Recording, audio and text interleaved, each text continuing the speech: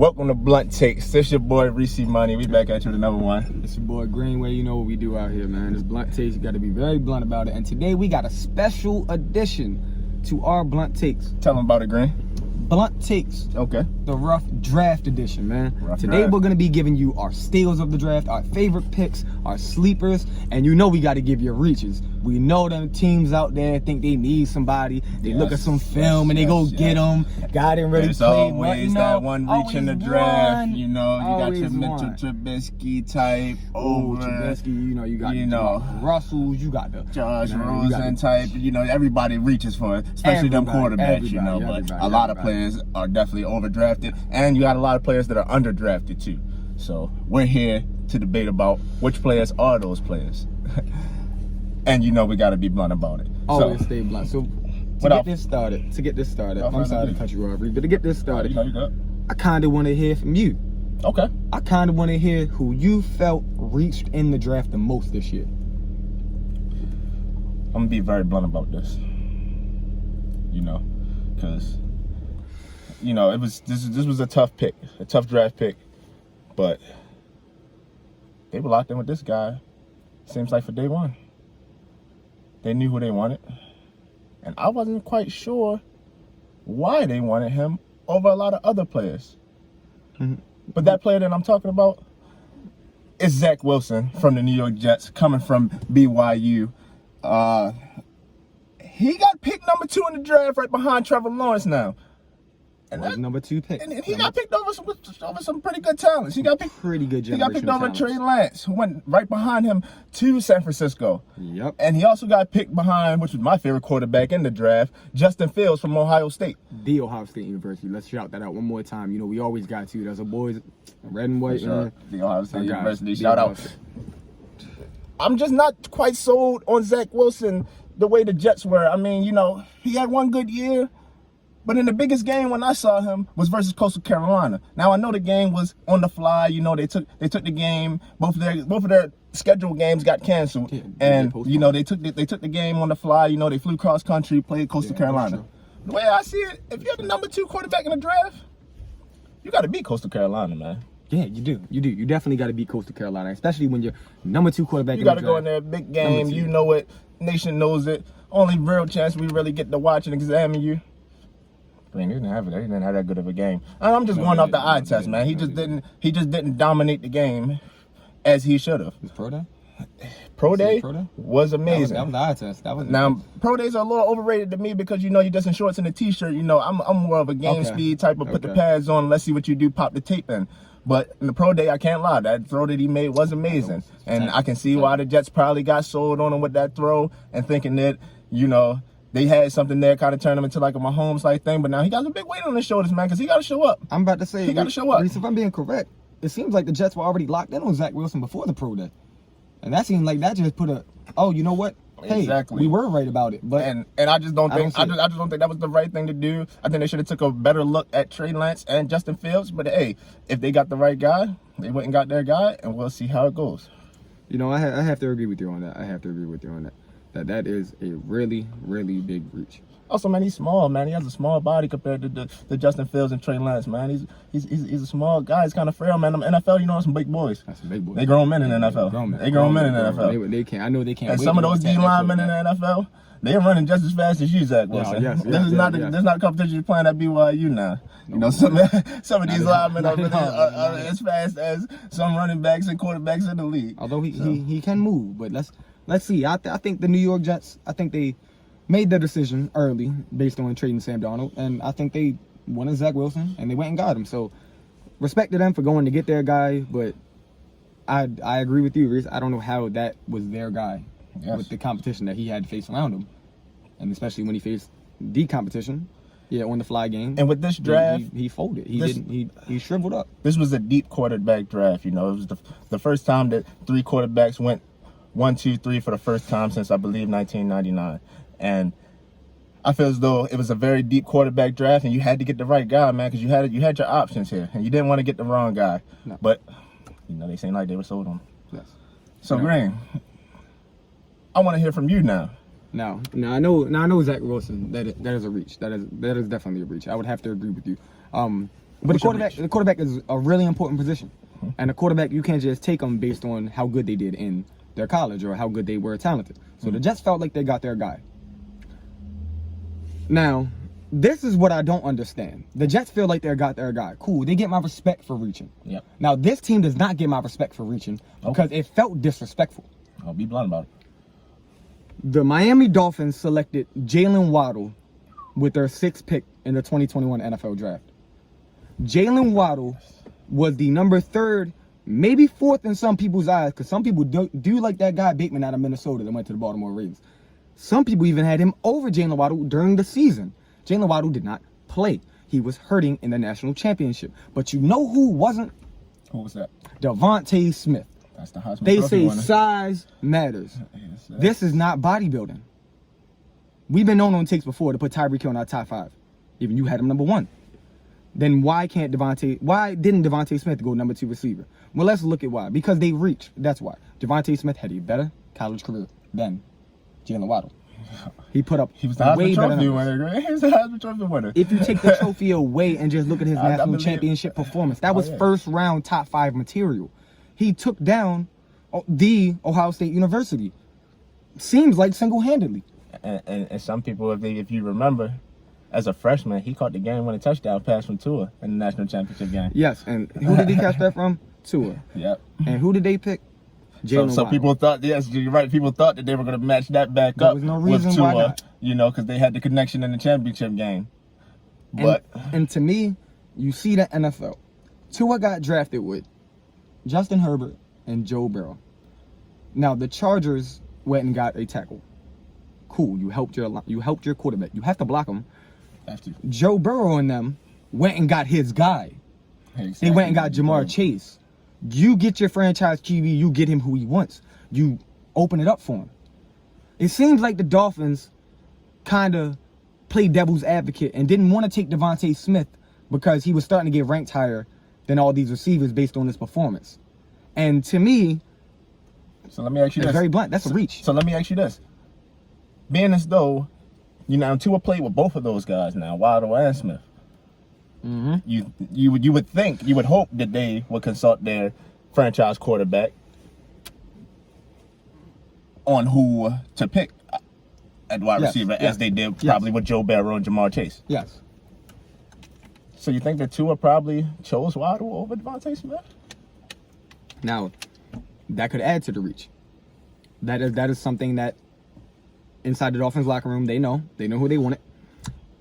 They got their guy, I guess. But this is worse to me than picking Zach Wilson out of the QBs available, because we all knew Trevor Lawrence was going number 1, Right. consensus number 1 pick. The Jets had their options and went with something they needed and the guy they wanted. The Dolphins don't only need wide receiver, and then they took the 3rd best wide receiver in the draft with the number 6 pick. Now, if they took Jalen Waddle at a later time, I don't think it would be a reach. Because they had all the options open now. They had the most draft capital in the draft. Chase was gone, but, you know. You trade that back, you get Jalen Waddle, and you get more picks. I don't see a team that was going to take him number 6. And I think they took him scared that another team was going to jump and take him. But I fear they made the wrong choice. And Like I told you. I really believe they reached. That's definitely could be a reach, because I believe that Devontae Smith is the better receiver of the two. But, you know, Yes. speed kills, Green. Speed kills. I kills. try to tell you, speed kills. So that's Speed probably kills. what the Dolphins were thinking about, getting somebody to take the top off the defense for Tua. But we'll see how they go. So with that being said, Green, I'm going to be very blunt about this now. I'm going to talk about my steal of the draft. Still. My steal of the draft, I'm gonna have to go with Justin Fields from Ohio State University. Now, it's not just because he's from Ohio State University. I actually believe that he was solidly the second best quarterback, in the whole draft, I'd have to agree with you. without a doubt, if you ask me. And he was the 4th quarterback selected. Yeah, number 4. Outside the top 10, I thought he should have went number 2. and he fell all the way to 11. Now the Bears did a great thing by jumping up from 20 to 11 to go grab him, because they saw him, they wanted him, that was their guy. They saw he was still available, and they went up and got him. Yes. And I believe that they got the steal of the draft by making that move.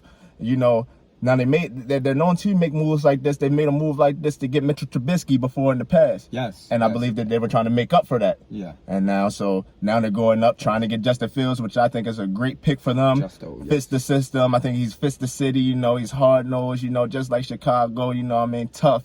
You know, a grinder, ready to come out and ball from day one. He's going to put the hard work in. You know, first man in, last man to leave type of mentality he has, man. And that's just a great football player that I believe that they have on their hands with Chicago Bears in their first draft. You know, I definitely have to agree there. Justin Fields from the Ohio State University going 11 to the Chicago Bears. 11 is definitely a steal in the NFL draft. Definitely. Especially when going up his high school career, he was, if I'm not mistaken, and the world knows this, fighting 1 and 2 with Trevor Lawrence as the best young QBs on the planet. Not just in high school, as coming up, going into the NFL and college system, they were going to be great, which they are. Trevor Lawrence played all the way through, number 1 pick. No remarks on his name or anything, but the last 2 times we saw Trevor Lawrence play, exactly, he lost and got outplayed by the quarterback against him. And that's what I was about to say. If we remember the last time Justin Fields and Trevor Lawrence was on the field together, remind me who played better. Justin Fields looked like the better quarterback to me. I was like, I mean, I just can only go off the tape and what I see. Justin Fields was the better quarterback that day. Big game, big stage. We all knew coming in what we had going on, and Justin Fields outplayed them and he won that game. And then Justin Fields also suffered a major hip injury. He took a big hit, man. He took a major hit. That was one of the big hits, that hit was a lot of quarterbacks when they got back up off that. Something you relate to in Zach Wilson. I don't believe Zach Wilson would have got up and made them plays off of that hit. Exactly. So this is another reason why I agree with you. But I might have to not agree with you that that's the steal of the draft. And that's where I'm going to be very blunt about it and switch it up right here, man. Okay. Justin Fields got picked number 11. Okay. The steal of the draft to me happened to be 1 pick before him. And that was Devontae Smith to the Eagles. Oh, okay. You went and got the Heisman Trophy winner at 10. You were able to trade up with your division rival, the Cowboys, to get the number 10th pick, let alone who you were going to draft. You could have went and took Micah Parsons. That's who the Cowboys wanted. Mm-hmm. Who knows if they had the conversation, we're getting Devontae Smith with this pick, so you don't have to worry to trade us this pick, we're not taking the guy you want. Mm-hmm. They're division rivals. I doubt the conversation went friendly at all when it comes to terms like that. Who knows? But if you really sit and think about the Heisman Trophy winners, and not just Heisman Trophy winners, national championship winner, the catalyst of the reason why they won the national championship. 2-time national champion. Freshman, game-winning touchdown. Balled out against Ohio State, which is known as, to some people and, you know, us, the DB University. Yes, sir. Come on now, man. It's not much more to explain about it unless you really just don't know Devontae Smith. And if you don't know Devontae Smith, let me break it down for you who he is. He's a monster. He's a bad man. Speed kills. Man. He's so his size. He's 5'8", 5'8", 161. Man, I'll tell you this right now, man. I'm 6'2", 165, you know, around that. And Devontae Smith, man, that man is bigger than me on the football field, man. He's amazing. And he's the thing amazing. is, when you're watching him on the field, it looks like he's not moving as fast as maybe a Waddle or Jamar Chase, but the way he's just smooth and his just route running ability, he just knows how to get open, knows how to set the defender up with all of his moves, man. And he was a third wide receiver drafted. Third. And he's the Heisman Trophy winner. Third. And I think he's very overlooked, man, because you had the same situation last year, if I'm not mistaken. Same situation. But it didn't turn out this way because the Bengals actually made a very smart pick. They might be one of the smartest picks in the draft because they got Joe Burrow's guy. And they got the number 1 receiver that was supposed to come out, well, was going to come out last year, but did not. Opted out this year, came out number 1 receiver draft. Everything worked out for him. Devontae Smith became underrated and overlooked within this offseason the same way Justin Fields got disrespected. The last time you seen him play, I didn't see anybody better at his position. And we can't forget either, Green, how we were talking about Joe Burrow got his guy that he played with in college with Jamar Chase, and Tua played with Waddle in college. Eagles got Jalen Hurts at quarterback, and he was the Alabama quarterback, and he played with Devontae Smith. Yes. So who knows that they can bring together some of that college chemistry And that could turn out to be a very good pick. And I think on top of it all, the chip on the shoulder that Jalen Hurts has, getting benched for Tua, going to another school and balling out, becoming a Heisman Trophy candidate, and the same with Devontae Smith getting overlooked for another receiver that goes to Tua, and now you drop the Jalen Hurts. I think they're both going to play with a chip on their shoulder to show they were the best prospects from Alabama, and I think it's going to be a great season for the Eagles fans, especially on offense with Jalen Hurts, Devontae Smith, and they also have the addition from last year, Jalen Reagor. So speed kills. That offense is going to be fun to watch. And Devontae Smith is definitely my steal of the draft, slightly over Justin Fields. Steals are definitely nice things to talk about in the draft. They're not my favorite thing to talk about in the draft, though. And I'm going to be blunt about them. My favorite things to talk about in the draft is the people my team usually tends to pick.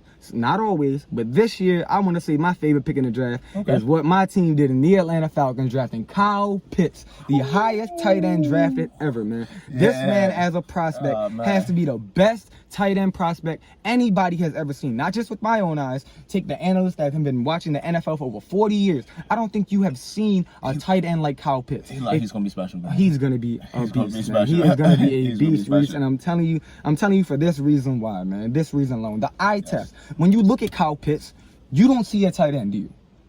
He looks like a number 1 wide receiver when you put the tape on, if you ask me. Exactly. And this man is a tight end. And you know the last person that was built like that and they said should have played tight end, but he didn't.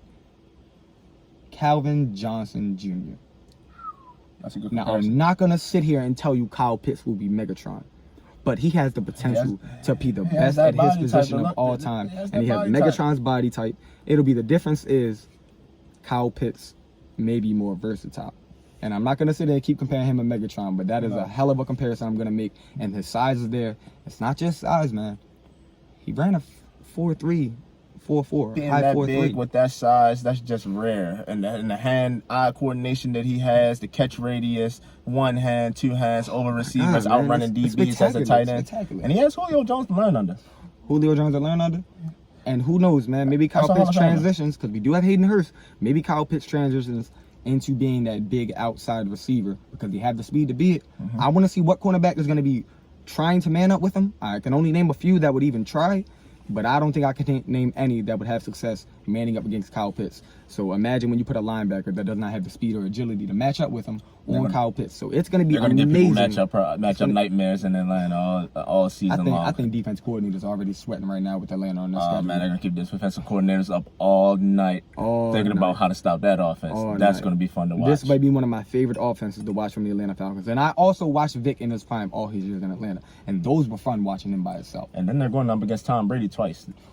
That's going to be it. That's going to be fireworks, man. I can't wait to see that. I think in that game alone, you're going to see the best talent of receivers in the National Football League, all in that. You have Calvin Ridley, you Julio Jones, Kyle Pitts, Hayden Hurst. Then you go to the Bucs, you got Mike Evans, Chris Godwin, Antonio Brown. Man, you got Grunk, O.J. Howard. That's going to be an amazing... You just got weapons across the field. That's going to be fun to watch. So with that being said, I love the Kyle Pitts pick for Atlanta Falcons. I think that's a great fit. Thank you. My favorite pick of the draft is going to have to be the Ravens selecting Rashad Bateman, wide receiver from Minnesota now. Okay. He was close to being one of my steals of the draft now, because he opted out now, so people probably forgetting that. I forget that he was a baller. He was a baller. He could have came out last year with all those receivers and been one of the top picks. That man's explosive. I just believe he's electric. And then going with Lamar Jackson and the crew that they got there with Hollywood picking up Sammy Watkins, I believe they've just upgraded their receiving core tremendously, and I believe that they've sharpened up their weaknesses. You know, they were run heavy, one dimensional. Now when you can open up the field with Rashad Bateman, Hollywood, and you got Sammy, they're gonna be explosive offense to watch, man. They're gonna be dangerous, man. So you think Rashad Bateman, Minnesota wide receiver, he is talented. He has talent, man. This man has the size, he has the strength, he has some speed on him. He kind of reminds me of an Anquan Bolden type receiver. He will catch the ball and he is not afraid to take a hit. He has some strength to him. I like his mentality. He plays like a Raven. The Ravens draft players that can fit their type of system, their type of culture, and I believe he's just going to fit in and blend in well. And he has his leaders like Lamar Jackson, the follow, and I believe those two can be very special together. I think that's a very good pick for the Baltimore Ravens. I think the Baltimore Ravens should be proud of what they're doing for Lamar Jackson. I think they should be very proud. And if you put this into perspective, they have already drafted, because they also picked up Tylan Wallace today. Yes, I saw that. They have and drafted weapons they for are Lamar. killing the draft, if you man. think The about, Ravens, if you think guys about are it like killing this, the draft. they have drafted Mark Andrews for Lamar Jackson, Hayden Hurst. I know he has traded, but his trade got you J.K. Dobbins. So you can switch that. That's 3 weapons, but he never got to play with them at the same time. You also got Hollywood Brown. They also went and signed Sammy Watkins and drafted Rashad Bateman in the first round, and went back and got another receiver in the 4th round in Tylan Wallace. When Tylan Wallace is a good guy now. He can ball. He can ball. But Rashad Bateman, man, he could have been my number 3 receiver in the draft. I kind of like his game style more than Jalen Waddle, but speed kills and taking the defense over the top might be what the NFL wants right now. But hey, man, Rashad Bateman plays. He might have opted out, but a lot of people opted out. This was a pandemic we're talking about. He didn't opt out for no family-friendly reason. This is a pandemic. You did it to save your life, and now he's about to live the dream, and I cannot be more proud for Rashad Bateman, his family, or the Baltimore Ravens organization. Best of luck to him and the Baltimore Ravens this year, man. That's going to be a fun offense to watch. I'm going to be very blunt about this. It's the only way to be. My sleeper on the draft, a lot of people I feel as though slept on him. And I don't know why. I thought he could have been in a conversation with a lot of other people at his position. Okay. Okay. Now who would you be talking about? Because there's a lot of sleep. There's a lot of positions that got overlooked this year that fell into the 2nd and 3rd round. Kellen Mond from Texas A&M. Kellen Mond, okay, the quarterback. Now he got a solid team around him. I think people. I'm not so sure why teams were just overlooking him. I mean, he had a solid college career, if you ask me, especially last year. Only game he lost was to Alabama. Granted, it was bad early in the season, but they didn't lose no more games for the rest of the season. No, they didn't. They ran the table. They could have easily gotten to the college football playoffs, but I think people didn't want to see numbers of Alabama again because we already kind of saw what happened with that. Now, if you rate Kellen Mond off of that game, then you're going to have to rate a lot of NFL prospects down lower for how they perform against Alabama. Because if we remember right this year, there wasn't really a lot of teams that performed well against Alabama. There isn't really year in, year out. They're one of the powerhouse schools. So I think one game changed his draft stock more than any other quarterback's one game. Because each quarterback, I believe, had a bad game or, just got outplayed in a game. Didn't have their best game. Yes, and respectfully so, that is unfair. That is unfair to me. Exactly. And in today's NFL, with the mobile QBs, with your RPOs, read options, scrambling quarterbacks, you need to make a first down, but nothing's open, you're running with your legs, man. Yes. You got to be a weapon now at the quarterback position. And I feel as though he fits perfectly. Minnesota drafted him, and I believe Minnesota, got a nice little sleeper there late in the mid-draft. Yeah, I'd have to agree that is one quarterback that I would say people are gonna have to watch because Vikings were in the talks for trading Drew Lock now if they were gonna take Justin Fields or another quarterback at that 9th pick, but they didn't, and the Vikings didn't go for him and they got Kellen Mond. I think that's a very smart decision. They're known for trading back Minnesota. Yeah. So, that's a really good sleeper pick. I think he's gonna shock a lot of minds when he steps onto the field. It's just how long will it take? And I hope it doesn't take too long because he can really give me a Dak Prescott vibe because he's going to be overlooked because of Kirk Cousins. Kirk Cousins is an okay QB, and he gets the job done for the Vikings when they need him to. But I think Kellen Mond will open up that offense. Him and Justin Jefferson and Dalvin Cook would take over that offense for the next 5 to 10 years. And that's going to be amazing to watch. And that's a really good analysis on Kellen Mond. And, talk about sleepers, man, if you want to talk about sleepers. I think the guy a lot of people slept on in the draft. Okay. With the free safety, Trayvon Moehrig from TCU University. So Trayvon Moehrig, he's a ball hawk safety, man. He simply is. He simply is. So he sees the ball before it goes to where it has to. It's kind of like he has the play style of an Ed Reed Brian Dawkins on the Eagles in his early years. Like a person that I like sees Trayvon the ball Martin, and man. goes to it. He goes to it. He attacks the ball fast, and he's not afraid to step out and play that high safety and be the one safety over top for you. He's not afraid for that. I feel like a lot of teams need that now. They go for in the box safety so much that when the team goes pass first on you, you're relying on that in the box safety to now test his coverage skills, but maybe his weakest. Why not get the free safety that you need that you can play over top? Now I think there are a lot of teams that overlooked him and should have took him. He fell. He definitely fell. He definitely fell. No, he has talent. Yes, He talent. definitely I has think he talent. was definitely a top 20 talent, and he fell to the had second round to the He definitely Raiders. had first round talent. I got to give John Gruden and Mike Mayock their respect on this, and I got to give them their credits. They waited for Trayvon. He fell to him. They got him. That was a hell of a pick. I didn't think he would fall that low, and That's a lot of sleepers in this a draft. lot of man. sleepers in the This draft, is and a that pretty might, have deep to be draft. that might have to be mine. There's a lot of honorable mentions for sleepers in the draft and favorites, man. You know, there's a lot of people we like out there. A lot of people got drafted by Ohio State, but that's who we felt was the sleepers, the steals, our favorites, and the reaches. Do not forget, a lot of teams reach. You know, they bait them in, and then it doesn't work out, and then the next thing you know, 5 years later, they're in the same situation, drafting another QB and another set of QBs. You don't want to be in that situation. No, you did not. And to recap for you guys, my reach of the draft was the Jets at number 2, Zach Wilson. My steal of the draft was the Chicago Bears, number 11, Justin Fields. My favorite pick of the draft was the Baltimore Ravens drafting Rashad Bateman, getting Lamar Jackson some help. And my sleeper pick of the draft, Minnesota Vikings drafting Kellen Mond. They might can be special if things don't work out with the Yes, Cousins. and I agree. And that's giving my recap of everything I said today, man. My sleeper of the draft, you know, Trayvon Marrig. I'm gonna go in back order from you, just give the people something different. Trayvon Marrig, man, he's a sleeper. He's gonna ball out for the Raiders. They lost Eric Harris. He went to the Falcons, but they placed him with a younger safety. You know, he's gonna ball out. I think that's a really good pick. Favorite pick in the draft, man, Kyle Pitts. And, you know, it was Kyle Pitts. You heard it already. I don't gotta explain too much, man. He's amazing. You know, the steal of the draft got to be Devontae Smith, Heisman Trophy runner. He got it. He got the edge over Justin Fields just because he won the Heisman Trophy, and he happened to beat us, man. I gotta give him his respect. All love to Devontae Smith, man. He's solid.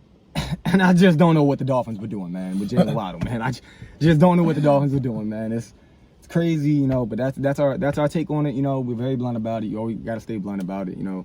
Till next time, you know. Stay blunt about it. You can like, Be comment, blunt. subscribe, man. If you don't like what we said, go ahead, let us know. If you do like what we said, man, show us some love, man. That's all it is to it. It's We'll Blunt be Takes. back at you. We'll be back at you with another video, another blunt takes coming soon. We got all sports, all kind of topics, man. Stay blunt. See you next time, everybody. Yes, sir.